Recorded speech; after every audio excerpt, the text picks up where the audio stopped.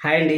అందరు నమస్కారం. నా పేరు కిరణ్. ఇప్పుడు మనం మాట్లాడుతున్నాం 'Brahmamudi' serial episode review plus upcoming episodes రేపు ప్రోమో ఏశారు కదా! ఆ ప్రోమో గురించి అయితే మాట్లాడదాం అనేసి వీడియో చేస్తున్నాను.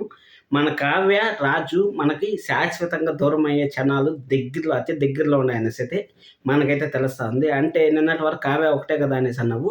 ఈరోజు మాత్రం రాజు కూడా అంటా ఉన్నావు. ఏం జరుగుతుంది అక్కడ అనేసి మీరు తెలుసుకోవాలనుకుంటే ఈ వీడియో పూర్తిగా అయితే చూసారంటే మీకు క్లారిటీ వస్తుంది.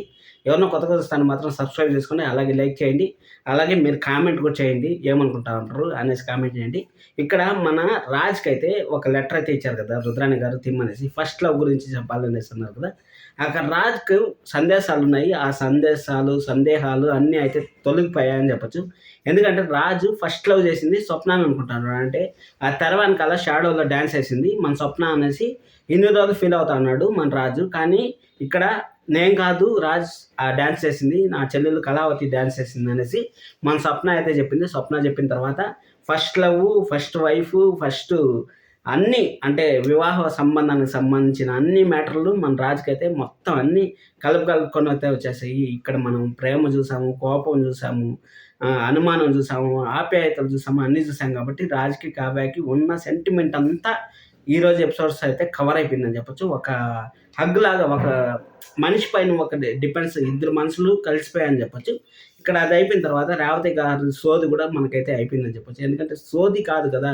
ఇంకా పరమ చెత్త ఆ క్యారెక్టర్‌ని తీసుకొచ్చి నాకు తెలిసినంత వరకు వేస్ట్ అనిపించింది సీరియల్‌కి. కానీ అది కూడా అయితే సుఖాంతం అయితే అయిపోయింది. సుఖాంతం అయిపోయిన తర్వాత డాక్టర్ గారికి భలే తుత్తర అనుకుంటా అబ్బా! పొద్దున ఫోన్ చేసింది. పొద్దున ఫోన్ చేసి మీ అక్కకి చెప్పు ఈ విధంగా డాక్టర్ పై అధికారులకు చూపించలేదు అనేసి అయితే చెప్పింది కదా! మళ్ళీ రాత్రికి ఫోన్ చేసి మీ అక్కకి చెప్పినావా లేదా అనేసి మళ్ళీ అడగతా ఉంది అప్పుని. డాక్టర్ గారు కొంచెం అంత తొందర పనికిరాదు. ఒక రోజుకి ఏమి మనిషి ప్రాణాలు తెంపడవు కదా! కొంచెం వాళ్ళన్నా కొంచెం హ్యాపీ మూమెంట్స్ ఉంటే బాగుండేదని నాకైతే అనిపించింది. కానీ డాక్టర్ గారు అయితే ఫోన్ చేసి మొత్తానికైతే చెప్పారు. మొత్తానికి చెప్పారు. ఏం చెప్పారంటే, మీ అక్కకి చెప్పాలి అనేసి అక్కడ మన కావ్య అయితే చెప్తా ఉంది. మీ బావగారు పోటీ పడతా ఉంటారు. నాకు అమ్మాయి పుడుతుంది, నీకు అబ్బాయి పుడతాడని మేమిద్దరం పందాలు వేసుకుంటున్నాం అని వాళ్ళ ప్రేమను మరొకసారి అయితే చూపించారు. పిల్లల పైన పెంచుకోండి ప్రేమని. అంటే నువ్వు ఎప్పటికి పిల్లలకి అనలేవక్క అనేసి మన స్వప్న మన అప్పు అయితే చెప్పింది. అప్పు చెప్పిన తర్వాత నేను నిన్న సండే అనాలిసిస్‌లో చెప్పాను. ఏం జరుగుతుందంటే అక్కడ అప్పు చెప్పినా గానీ వీళ్ళైతే యాక్సెప్ట్ చేయరు. ఖచ్చితంగా ఆ పాప అయితే బతికింది. నా ప్రాణాలకు అడ్డేసన్నా ఆ పాపను రక్షించుకుంటాననేసి అయితే మన కావ్య అయితే చెప్తుందని చెప్పాను. అదే జరుగుతుంది. ఇంకో విషయం రాజు దూరం అవుతాడని చెప్పాను కదా! అది ఎలా దూరం అవుతాడంటే ఇక్కడ యామిని మామూలుగా అయితే వదిలిపెట్టే రకం కాదు. రుద్రాణి గారు కూడా ఆల్రెడీ ఫుల్‌గా మునిగిపోయారు. ఇంక వేరే ఆప్షన్ లేకుండా అక్కడ మొత్తానికైతే రుద్రాణి గారు ఏమో చేయాలనుకోని రుద్రాణి గారిని ఎత్తిన మొన్నేసుకున్నారని మనం చెప్పుకోవచ్చు. నేను ప్రతిసారి చెప్తాను. రుద్రాణి గారు చెడ్డ చేయాలని పోయి మంచి చేస్తా ఉంటారు దుగ్గిరాల ఫ్యామిలీకి అనేసి.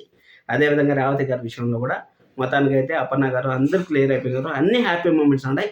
రేపు ట్విస్ట్ రివీల్ అయిన తర్వాత మనకు సెకండ్ జనరేషన్ ఎప్పుడు వస్తుంది ఏమనేసి ఒక క్లారిటీ అయితే వస్తుంది. వీడియో అంతా చూస్తుంటే ఖచ్చితంగా నచ్చింది అనుకుంటాను. సబ్స్క్రైబ్ చేసుకోండి. అలాగే లైక్ చేసి వీడియో చూడండి. రాజ్ కావ్య మధ్య కొంచెం సీన్స్ పెంచితే బాగుంటుందని నేను అనుకుంటాను. ఉండే కొన్ని రోజులైనా కానీ యామిని ఏదైనా ప్లాన్ చేస్తుంది అనేది రేపు ఎపిసోడ్, ఎల్లుండి ఎపిసోడ్‌లో మనకు తెలుస్తుంది. ఆ తర్వాత మనం మాట్లాడుకుందాం. Thank you so much.